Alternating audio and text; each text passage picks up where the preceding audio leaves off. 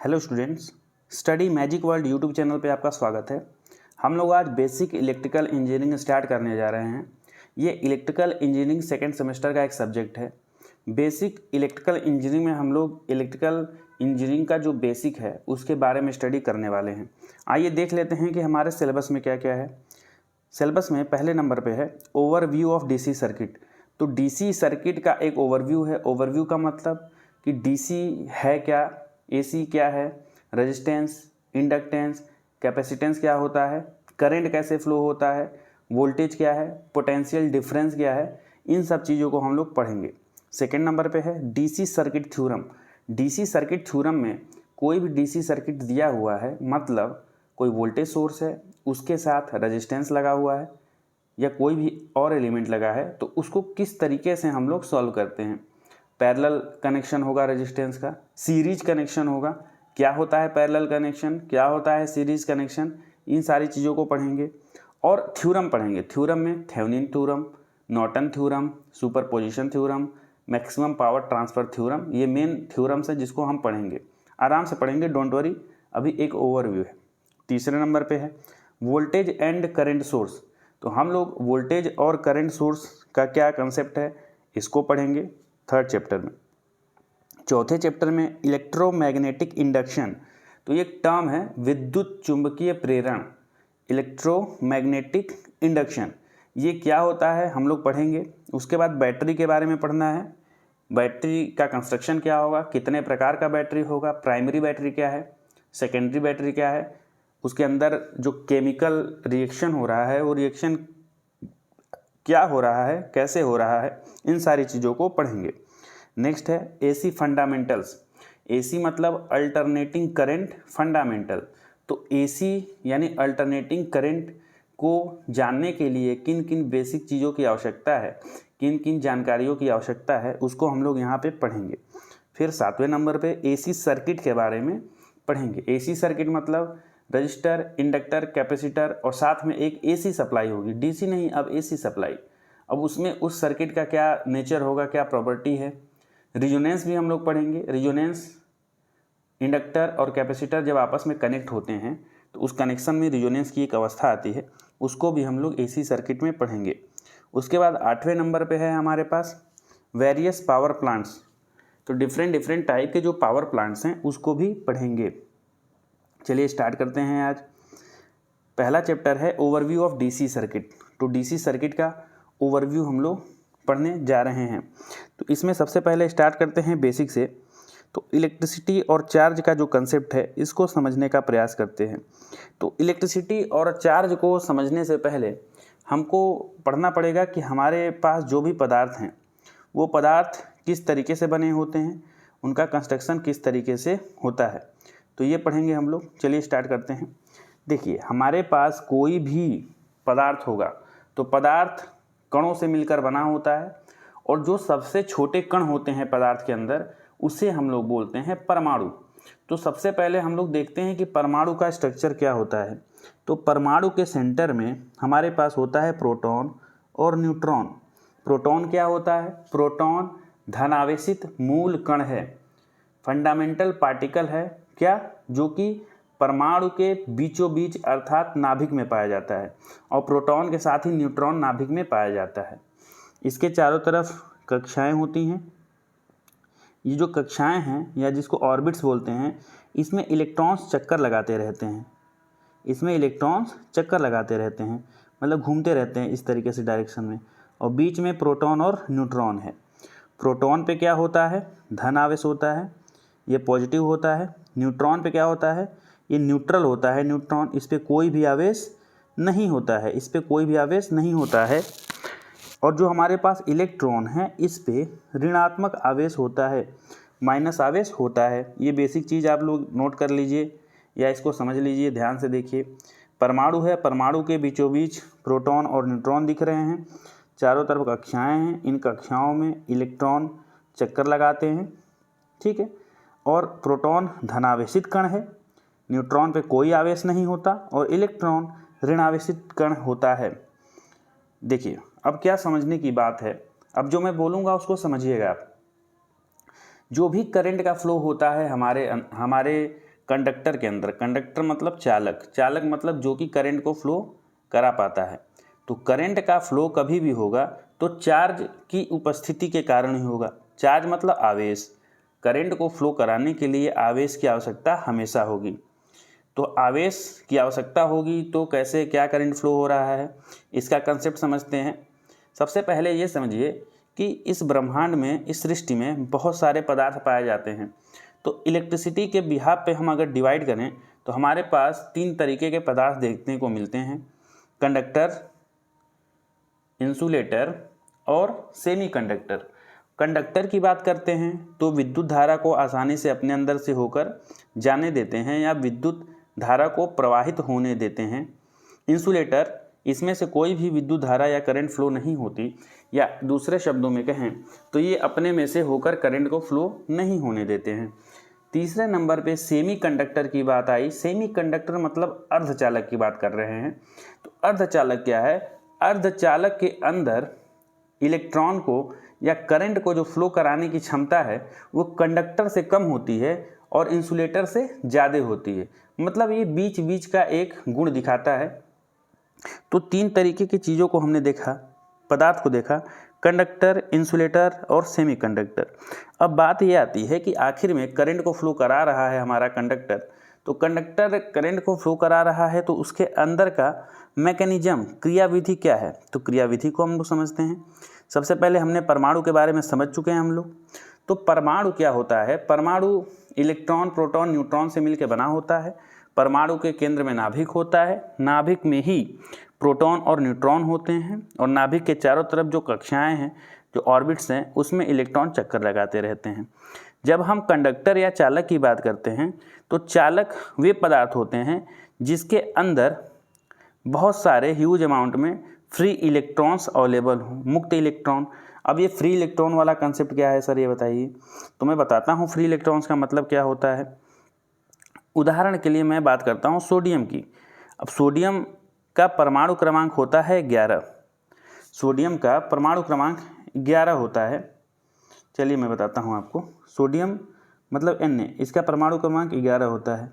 इसका इलेक्ट्रॉनिक विन्यास करूँ 2 8 and 1 आएगा। 2 8 1 का मतलब, ध्यान दीजिए कि जो हमारे पास सोडियम है उसके नाभिक में क्या होंगे? प्रोटॉन और न्यूट्रॉन, और इसके चारों तरफ इलेक्ट्रॉन होंगे। तो पहली कक्षा में 2 इलेक्ट्रॉन, दूसरी कक्षा में 8 इलेक्ट्रॉन होंगे।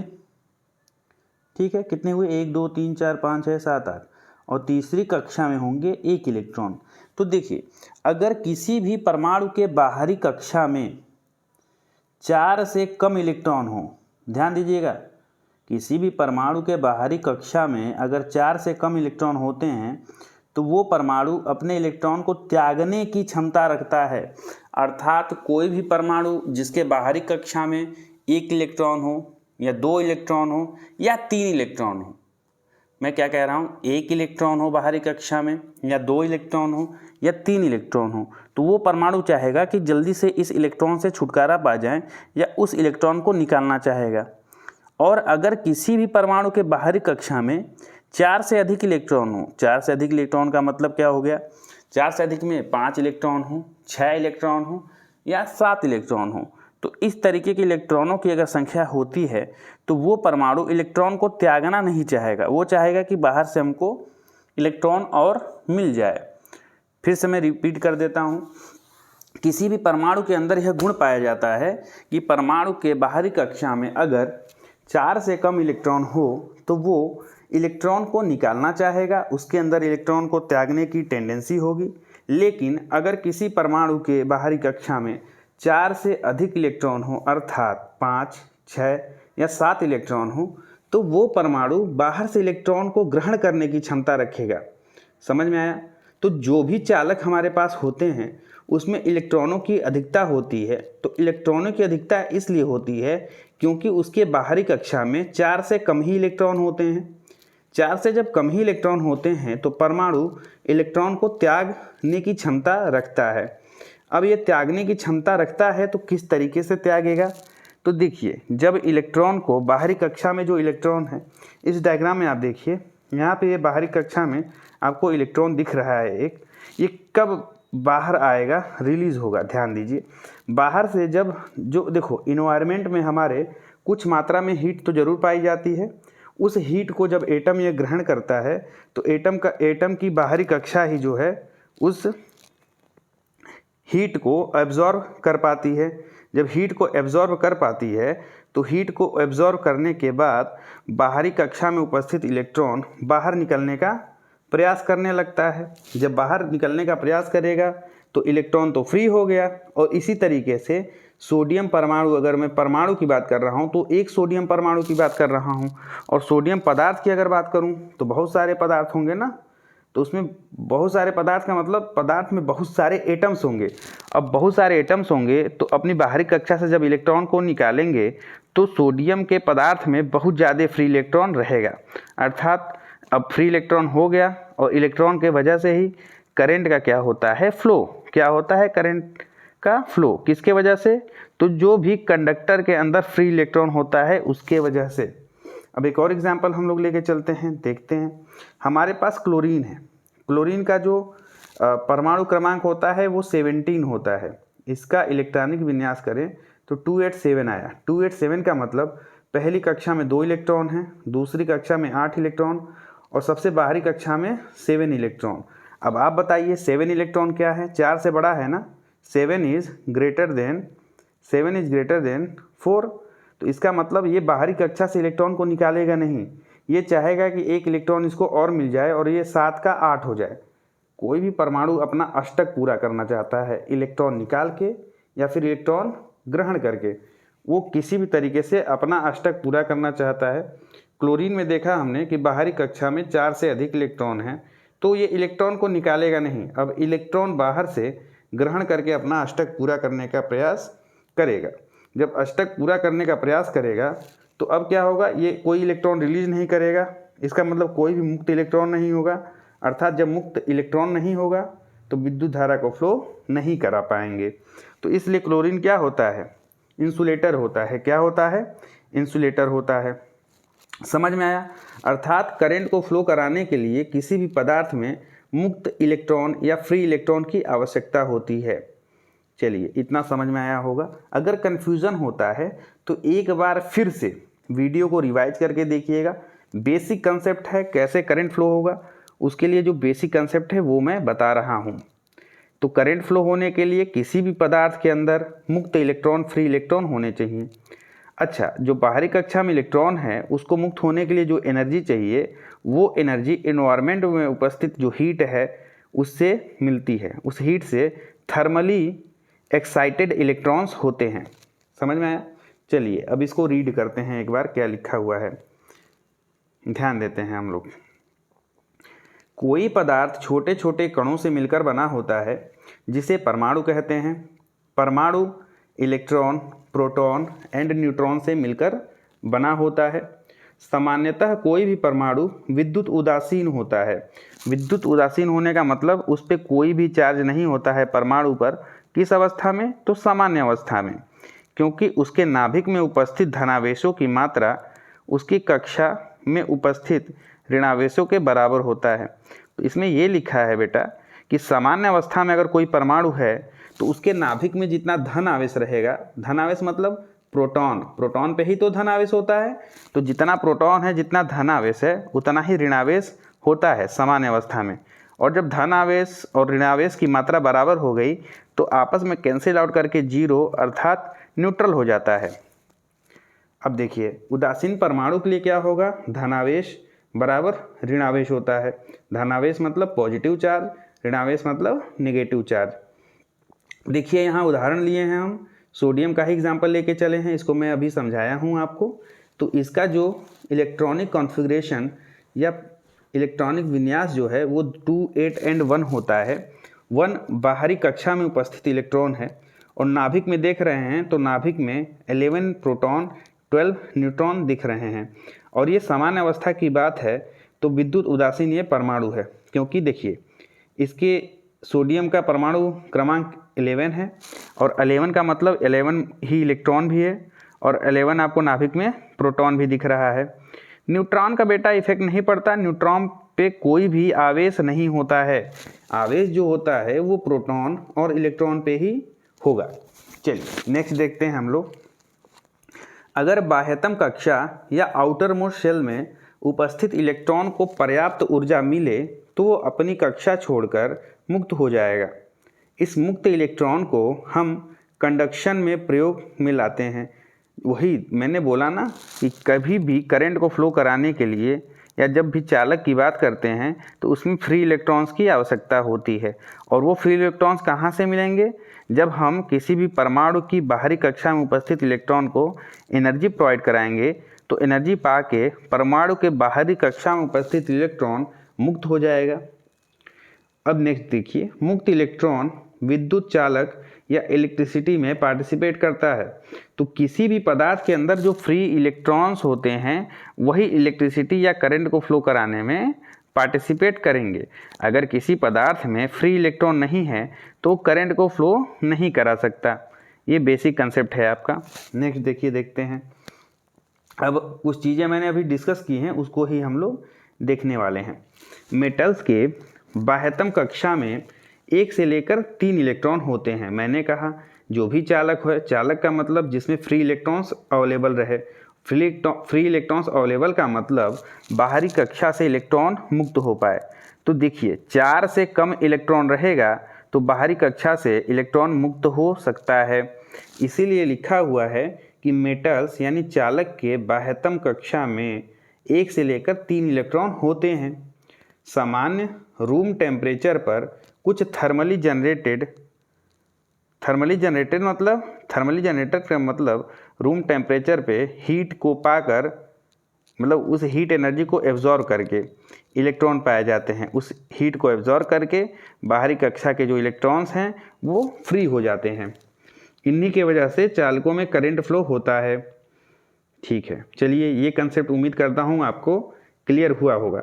अगर कन्फ्यूज़न होता है तो एक बार रिवाइज ज़रूर कर लीजिएगा, क्योंकि बेसिक कंसेप्ट हम लोग स्टार्ट कर रहे हैं। अब करंट की बात करें तो करंट को फ्लो होने के लिए निम्नलिखित कारकों की आवश्यकता होती है। मतलब करंट अगर फ्लो होगी तो उसके लिए क्या क्या कंडीशंस की आवश्यकता है उसको देखते हैं। इन सारी चीज़ों को देखते हुए हम लोग आगे करंट की परिभाषा भी समझ लेंगे और पढ़ लेंगे। तो करंट को फ्लो होने के लिए निम्नलिखित कारकों की आवश्यकता होती है। ए नंबर पे है चालक। चालक का मतलब माध्यम। करंट अगर फ्लो होगा तो उसके लिए कोई माध्यम चाहिए, कोई चालक चाहिए जिसमें से होके करंट फ्लो हो सके। उदाहरण के लिए copper, aluminium, electrolyte, ionised gas. आवेश चाहिए दूसरे नंबर पे। आवेश मतलब जब आवेश रहेगा तभी तो करंट फ्लो होगा। करंट के फ्लो के लिए आवेश की भी आवश्यकता होती है। आवेश में इलेक्ट्रॉन्स या आयंस हो गए।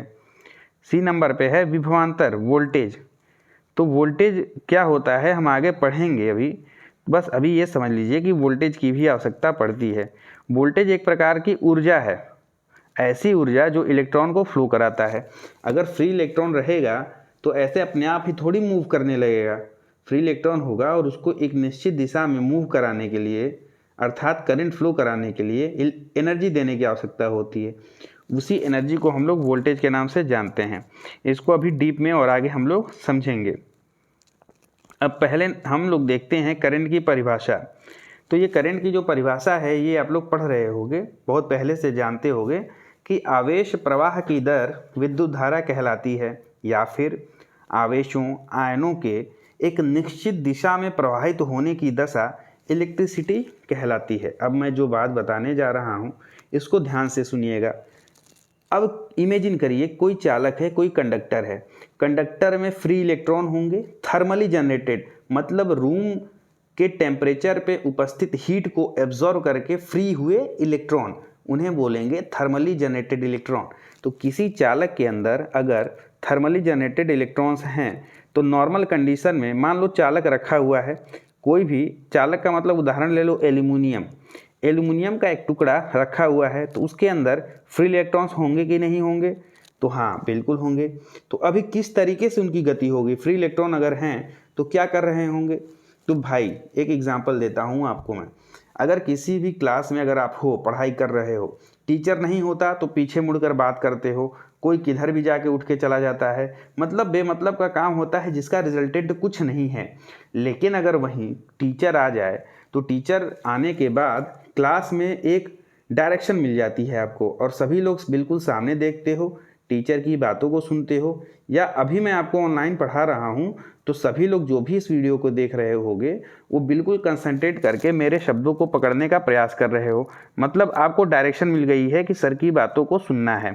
ठीक उसी प्रकार से किसी भी चालक के अंदर जो फ्री इलेक्ट्रॉन्स होते हैं वो नॉर्मल कंडीशन में इधर उधर घूमते रहते हैं, अनियंत्रित या रैंडम मोशन या जिग जैग मोशन करते रहते हैं।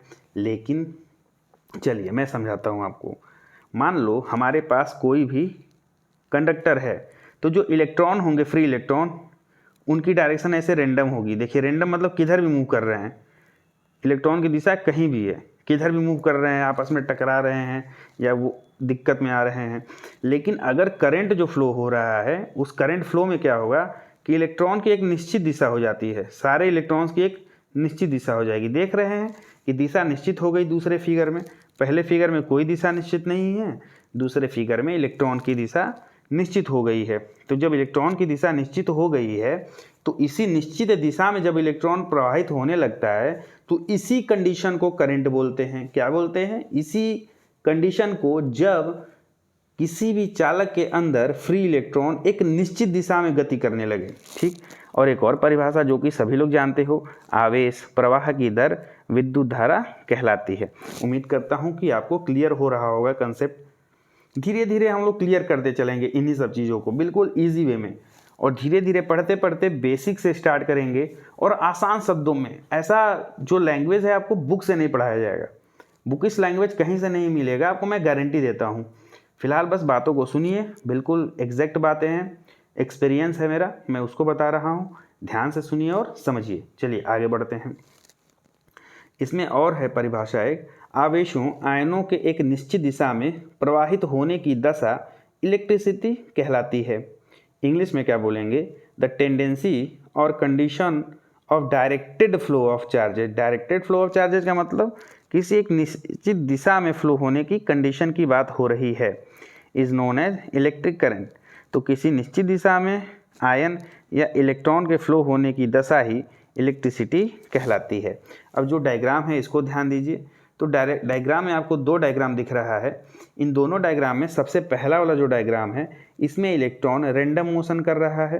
रैंडम मोशन का मतलब नॉर्मल कंडीशन पे रखा हुआ है और थर्मली जनरेटेड इलेक्ट्रॉन्स तो हैं, लेकिन कोई भी एक निर्धारित निश्चित दिशा में गति नहीं है। और दूसरे फिगर में क्या हो रहा है, दूसरे डायग्राम में क्या दिख रहा है आपको? दूसरे डायग्राम में जब हम इसमें एक वोल्टेज सोर्स या बैटरी लगा दिए हैं तो बैटरी के लगते ही इलेक्ट्रॉन एक निश्चित दिशा में गति करने लगे हैं, और इसी निश्चित दिशा में एक निश्चित दिशा में गति करने की अवस्था ही करंट कहलाती है। तो उम्मीद करता हूँ कि ये कंसेप्ट आपको क्लियर हुआ होगा। अब कुछ हम इम्पोर्टेंट पॉइंट्स को पढ़ने का प्रयास करेंगे। करंट की परिभाषा तो पढ़ चुके हैं। अब देखिए मेजरमेंट ऑफ करंट।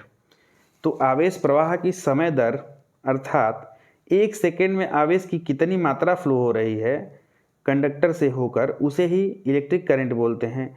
मतलब करंट का जो डेफिनीशन है और जो फॉर्मूला आता है वो करंट बराबर आवेश बटा में समय आता है। आवेश बटा में समय कहने का मतलब कि हमारे चालक से एक सेकेंड में कितना आवेश फ्लो हो रहा है, मतलब एक सेकेंड में कितना आवेश एक बिंदु से दूसरे बिंदु तक पहुंच रहा है। और इसको दिखाते हैं I बराबर Q/T से। Q का मतलब आवेश हो गया और T का मतलब समय हो गया। ये बिंदु आपको याद होना चाहिए। अब देखिए इलेक्ट्रिक करंट का मात्रक कूलम पर सेकेंड होता है। क्या होता है? Coulomb per second. Coulomb per second, coulomb क्या है? ये आवेश का मात्रक है। जो आवेश है हमारे पास, जो चार्ज है, उसका मात्रक होता है कूलम, और समय का मात्रक सेकेंड होता है। इसलिए विद्युत करंट का मात्रक कूलम पर सेकेंड है, या इसको एम्पियर भी हम कहते हैं। मतलब करंट का मात्रक कूलम पर सेकेंड या एम्पियर होता है। अब देखिए एक बिंदु है, इसको मैं पढ़ देता हूँ। एक एम्पियर करंट का अर्थ है कि किसी चालक के अनुप्रस्थ काट से होकर एक सेकेंड में एक कूलम का आवेश फ्लो हो रहा है। मेरे कहने का मतलब क्या है बच्चों?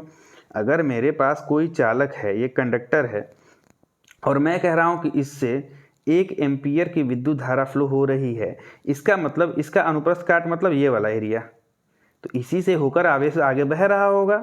तो मतलब 1 सेकेंड में इस एरिया से 1 कूलम्ब आवेश ही बह रहा है। ठीक है, इस एरिया से 1 सेकेंड में 1 कूलम्ब आवेश बह रहा है, तो हम बोलेंगे कि इससे होकर बहने वाली विद्युत धारा का मान है 1 एम्पियर। क्या है? 1 एम्पियर। उम्मीद करता हूँ कि ये क्लियर हो रहा होगा आपको। चलिए आगे बढ़ते हैं। अब नेक्स्ट टर्म हमारे पास आया है इलेक्ट्रिक पोटेंशियल या फिर वैद्युत विभव। ये क्या होता है? चलिए आसान शब्दों में इसको समझने का प्रयास करते हैं। पहले हम लोग रीड कर लेते हैं जो हमारे पास डेफिनेशन लिखा हुआ है। तो देखिए हमारे पास डेफिनेशन है, जब किसी आवेशित पिंड को चार्ज करते हैं तो कुछ कार्य करना पड़ता है। उस पिंड को चार्ज करने में यह कार्य उस पिंड में इलेक्ट्रिक पोटेंशियल एनर्जी के रूप में संचित हो जाती है। अब इसका मतलब क्या हुआ? चार्ज करने का मतलब क्या हो गया? चार्ज करने का मतलब, मान लो कोई पदार्थ है, उसको चार्ज करने का मतलब उसको आवेशित दशा में लाना, उसको आवेशित दशा में लाना। तो आप ही सोचो, अगर किसी पदार्थ को अगर आवेशित दशा में लाना है, इसका मतलब उसमें से इलेक्ट्रॉन निकालना पड़ेगा। तो इलेक्ट्रॉन निकालने के लिए कुछ एनर्जी देनी पड़ेगी उस ऑब्जेक्ट को, ताकि जो बाहरी कक्षा में इलेक्ट्रॉन है वो निकल पाए। तो निकलने के लिए एनर्जी देना पड़ रहा है, यानी कुछ वर्क करना पड़ रहा है। तो उसी को बोल रहे हैं हम कि जब किसी ऑब्जेक्ट को या पिंड को चार्ज करते हैं तो कुछ कार्य करना पड़ता है। उस पिंड को चार्ज करने में यह कार्य उस पिंड में इलेक्ट्रिक पोटेंशियल एनर्जी के रूप में संचित हो जाती है। तो सिंपल सा डेफिनेशन समझ में आया, किसी भी पदार्थ को चार्ज करने में किया गया कार्य ही इलेक्ट्रिक पोटेंशियल एनर्जी कहलाती है। नेक्स्ट पॉइंट, आवेशित पिंड अपनी संचित ऊर्जा से किसी अन्य चार्ज बॉडी को आकर्षित या प्रतिकर्षित कर सकता है। आवेशित पिंड मतलब वह पिंड जिसमें से इलेक्ट्रॉन निकल चुका हो। मान लो अगर किसी पदार्थ से इलेक्ट्रॉन निकलेगा तो मतलब इलेक्ट्रॉन निकलने का मतलब ऋण आवेश निकल गया। जब एक ऋण आवेश निकल गया और नाभिक में प्रोटॉन तो उतने ही होंगे ना, और प्रोटॉन क्या होते हैं? धनावेशित होते हैं। अब हो गई इलेक्ट्रॉन की कमी। जब इलेक्ट्रॉन की कमी हो गई तो जो नाभिक में उपस्थित प्रोटॉन है उसका प्रभाव ज़्यादा पड़ेगा, मतलब वो धनावेशित हो जाएगा। और जब धनावेशित हो गया, आवेशित हो गया, तो अब वो क्या करेगा? आपको पता होगा कि धन आवेश ऋण आवेश को आकर्षित करता है, और धन आवेश के पास अगर धन आवेश ले जाएं तो प्रतिकर्षित करेगा। कुल मिला के ये आपको पता होगा कि समान आवेश एक दूसरे को प्रतिकर्षित करते हैं और विपरीत आवेश एक दूसरे को आकर्षित करते हैं। नेक्स्ट पॉइंट हमारे पास है, electric potential is define as the electric potential energy per unit charge. तो देखो इलेक्ट्रिक पोटेंशियल को कैसे परिभाषित किया जाता है? Electric potential energy per unit charge. तो एक यूनिट चार्ज को कार्य करने पे, जैसे एक यूनिट चार्ज है तो उसको हम लोग ला रहे हैं कहीं विद्युत क्षेत्र में, तो जो कार्य करना पड़ रहा है उसे ही हम लोग इलेक्ट्रिक पोटेंशियल कहते हैं। अब ध्यान दीजिए, नेक्स्ट क्या है? किसी बिंदु पर एकांक आवेश में उपस्थित इलेक्ट्रिक पोटेंशियल एनर्जी को वैद्युत विभव कहते हैं। मतलब कि अगर किसी बिंदु पे कोई एकांक आवेश है, मतलब 1 कूलाम का आवेश है, तो उसमें कितना इलेक्ट्रिक पोटेंशियल एनर्जी है, उसी इलेक्ट्रिक पोटेंशियल एनर्जी को हम लोग इलेक्ट्रिक पोटेंशियल कहते हैं। इलेक्ट्रिक पोटेंशियल का जो हमारे पास फॉर्मूला है वो क्या होता है? तो इलेक्ट्रिक पोटेंशियल बराबर होता है इलेक्ट्रिकल पोटेंशियल एनर्जी अपॉन में चार्ज। मतलब इलेक्ट्रिकल पोटेंशियल एनर्जी मतलब जो कार्य करना पड़ रहा है, अपॉन में चार्ज का मतलब जितना आवेश हो। तो इलेक्ट्रिक पोटेंशियल एनर्जी अपॉन में चार्ज, ये क्या होता है? Electric potential. इसको हम लोग W अपॉन Q से भी प्रदर्शित करते हैं। W मतलब वर्क डन और Q मतलब चार्ज। जो यूनिट है, जो मात्रक है इलेक्ट्रिक पोटेंशियल का, वो होता है जूल पर कूलम्ब या फिर वोल्ट। इलेक्ट्रिक पोटेंशियल का यूनिट जो है जूल पर कूलम्ब या फिर वोल्ट। जूल किसका मात्रक है? जूल मात्रक है इलेक्ट्रिक पोटेंशियल एनर्जी का, और चार्ज का मात्रक है कूलम्ब, इसलिए यूनिट बन गया जूल प्रति कूलम्ब या फिर वोल्ट। उम्मीद करता हूँ ये समझ में आया होगा। नेक्स्ट हमारे पास है पोटेंशियल डिफरेंस। तो ये क्या होता है? तो इसमें देखिए, मैं पढ़ रहा हूँ, ध्यान से सुनिए, मैं समझा रहा हूँ। दो आवेशित पिंडों के विभवों में अंतर ही पोटेंशियल डिफरेंस कहलाता है। अब एक बात बताइए, दो पिंड हमारे पास है, तो दोनों को अगर आवेशित कर रहे हैं अलग अलग आवेश पर, तो एनर्जी जो खर्च हो रही है, एनर्जी की मात्रा अलग अलग खर्च होगी। अगर किसी पिंड को, किसी ऑब्जेक्ट को कम आवेशित करेंगे तो कम एनर्जी कंज्यूम होगा, और किसी पिंड को अगर ज़्यादा आवेशित करेंगे तो ज़्यादा एनर्जी कंज्यूम होगा। तो इस तरीके से हम ये मानते हैं कि दो बिंदुओं पर अगर कोई ऑब्जेक्ट है तो उनका जो विभव है वो अगर अलग अलग है, तो उन विभवों का जो अंतर होगा उसे ही हम लोग बोलते हैं पोटेंशियल डिफरेंस। क्या बोलते हैं? Potential difference. दो पिंडों के बीच में पोटेंशियल का जो डिफरेंस है उसे ही बोलते हैं हम लोग पोटेंशियल डिफरेंस। अब एक और फैक्ट है इसके आगे, इसको देखिए, electron will move from low potential to high potential. तो जो इलेक्ट्रॉन के फ्लो होने की टेंडेंसी होती है वो होती है लो पोटेंशियल से हाई पोटेंशियल की तरफ फ्लो होने की। मतलब इलेक्ट्रॉन हमेशा लो पोटेंशियल से हाई पोटेंशियल की तरफ ही फ्लो करेगा। नेक्स्ट है पोटेंशियल डिफरेंस VAB बराबर VA माइनस VB। जैसे यहाँ डायग्राम में आपको दो बिंदु दिख रहे हैं A और B। A पर 5 वोल्ट का पोटेंशियल है और B पे +3 वोल्ट का पोटेंशियल है। तो आपको पता चल रहा होगा कि जो +5 वोल्ट है वो हाई पोटेंशियल है और जो +3 वोल्ट है वो लो पोटेंशियल है। मैंने बताया कि इलेक्ट्रॉन हमेशा लो पोटेंशियल से हाई पोटेंशियल की तरफ ही फ्लो होगा। अर्थात डायग्राम में आपको दिख रहा है कि ये लो पोटेंशियल है, तो इलेक्ट्रॉन अगर यहाँ है तो उसकी डायरेक्शन इधर होगी, low potential to high potential, मतलब +3 वोल्ट से +5 वोल्ट की तरफ ही इलेक्ट्रॉन फ्लो होगा। ठीक है, ये पोटेंशियल की बात की। अब पोटेंशियल डिफरेंस क्या है? पोटेंशियल डिफरेंस मतलब ए पे जो पोटेंशियल है, बी में जो पोटेंशियल है, उसका अंतर, मतलब VA माइनस VB। क्या है? VA minus VB। तो आगे देखिए, यही VA माइनस VB मतलब 5 माइनस 3 किया गया है। क्या किया गया है? 5 माइनस 3, तो आ गया 2 वोल्ट। ये हो गया हमारे पास पोटेंशियल डिफरेंस। क्या हो गया? Potential difference. चलिए आगे चलते हैं। अगर दो पिंड समान पोटेंशियल पे हैं तो क्या होगा? तो दोनों के माध्यम से करंट फ्लो नहीं होगा। जब भी कभी दो बिंदु पे समान पोटेंशियल हो जाए तो उसके बीच में इलेक्ट्रॉन फ्लो नहीं करेगा। इलेक्ट्रॉन को फ्लो करने के लिए दो पिंडों में क्या होना चाहिए? पोटेंशियल का डिफरेंस होना चाहिए। मतलब दोनों पिंड जब अलग अलग पोटेंशियल पे होंगे तभी इलेक्ट्रॉन फ्लो हो पाएगा। अगर दो पिंडों पे समान पोटेंशियल है तो इलेक्ट्रॉन का फ्लो नहीं होगा। नेक्स्ट है, करंट फ्लो के लिए आवश्यक है कि दोनों बिंदुओं के मध्य पोटेंशियल का डिफरेंस हो। मतलब दोनों पिंडों पे अलग अलग पोटेंशियल होना चाहिए, अर्थात पोटेंशियल डिफरेंस होना चाहिए। उम्मीद करता हूँ कि आज का लेक्चर आपको हेल्पफुल लगा होगा, कुछ चीज़ें समझ में आई होंगी, कुछ कंसेप्ट बना होगा। अगर आपको ये एक तरीका जो पढ़ाने का है, जो कंसेप्ट है वो समझ में आ रहा है, तो ज़रूर वीडियो को लाइक करिए, सब्सक्राइब करिए चैनल को, और जो भी सुझाव है उसको कमेंट करिए और फ्रेंड्स के साथ इस वीडियो को शेयर करिए। जल्दी ही नेक्स्ट पार्ट लाऊंगा मैं। बहुत बहुत धन्यवाद।